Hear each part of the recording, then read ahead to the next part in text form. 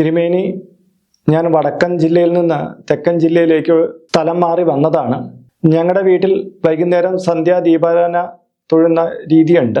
പ്രാർത്ഥിച്ചുകൊണ്ടിരിക്കുമ്പോൾ തൊട്ടടുത്തുള്ള വീട്ടിലെ അന്യമതസ്ഥർ ഉച്ചത്തിൽ അവരുടെ പ്രാർത്ഥനകളും പാടാറുണ്ട്. അത് കാരണം ഞങ്ങളുടെ ഏകാഗ്രത നഷ്ടപ്പെടുന്നു. ഈ അടുത്ത കാലത്ത് എൻ്റെ ഒരു ബന്ധു പറഞ്ഞതാണ്, ഇങ്ങനെ നമ്മുടെ പ്രാർത്ഥനാ സമയത്ത് അന്യമതസ്ഥരുടെ പ്രാർത്ഥന നമ്മുടെ വീട്ടിനുള്ളിൽ മുഴങ്ങിക്കഴിഞ്ഞാൽ നമ്മുടെ ഈശ്വരാധീനം പൂർണ്ണമായിട്ട് കെട്ടുപോകും. മാത്രമല്ല അവരുടേതായ ചൈതന്യങ്ങൾ നമ്മുടെ വീട്ടിൽ വന്ന് കയറുമെന്നും പറഞ്ഞു. ആ സമയത്ത് നിലവിളക്കൊന്നും തെളിയിച്ചു വച്ചേക്കരുതെന്നൊക്കെ നിർദ്ദേശിച്ചു. ഇത് വാസ്തവമാണോ? നമ്മൾ ഹൈന്ദവർ എന്ന് പറയുന്നത് എല്ലാത്തിനെയും ഉൾക്കൊള്ളുന്ന ഒരു സംസ്കാരത്തിൽ നിന്ന് ഉണ്ടായവരാണ്. നമ്മുടെ ചുറ്റുപാടുകളിൽ നാനാജാതി മതസ്ഥരായിട്ടുള്ള ആൾക്കാരുണ്ട്. അവരെല്ലാം സമഭാവനയോട് കൂടിയിട്ടാണ് നമ്മൾ ഉൾക്കൊള്ളുന്നത്. അങ്ങനെ തന്നെ ആയിരിക്കണം ഒരു നാട്ടിൻ്റെ സ്ഥിതി. ഇപ്പോൾ ഒരു ക്ഷേത്രത്തിൽ ദീപാരാധന സമയത്ത് അടുത്തുള്ള മസ്ജിദിൽ നിന്ന് ബാങ്ക് വിളി കേൾക്കും, ചിലപ്പോൾ അടുത്തുള്ള ക്രിസ്ത്യൻ പള്ളിയിൽ നിന്ന് മണിനാഥം കേൾക്കും, അവിടുത്തെ പ്രാർത്ഥന കേൾക്കും. ഇതൊക്കെ സ്വാഭാവികം. ഇതെല്ലാം കൂടി ചേർന്നിട്ടുള്ള ഒരു സംസ്കൃതിയിലാണ് നമ്മൾ ജീവിച്ചു പോകുന്നത്. നമ്മുടെ വീട്ടിലെ പ്രാർത്ഥന നമുക്ക് പ്രാർത്ഥിക്കുന്നത് പോലെ തന്നെ തൊട്ടയൽ വീട്ടിൽ പ്രാർത്ഥിക്കാൻ, അവർ മറ്റൊരു മതസ്ഥരാണെങ്കിൽ അവർക്ക് ആ രീതിയിൽ പ്രാർത്ഥിക്കാനുള്ള സ്വാതന്ത്ര്യമുണ്ട്. അവർ പ്രാർത്ഥിക്കും.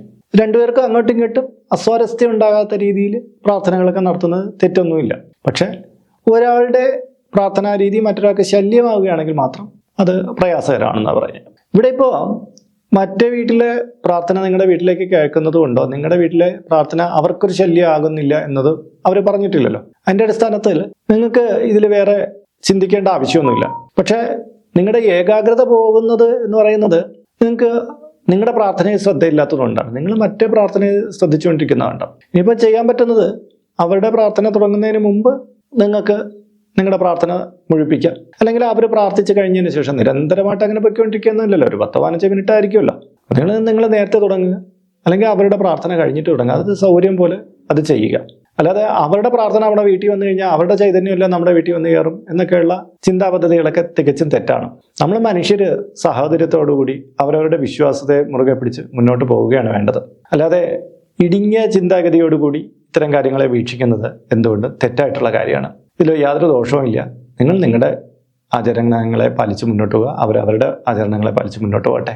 നല്ല അയൽപക്കക്കാരായിട്ട് നന്നായിട്ട് ജീവിക്കുക.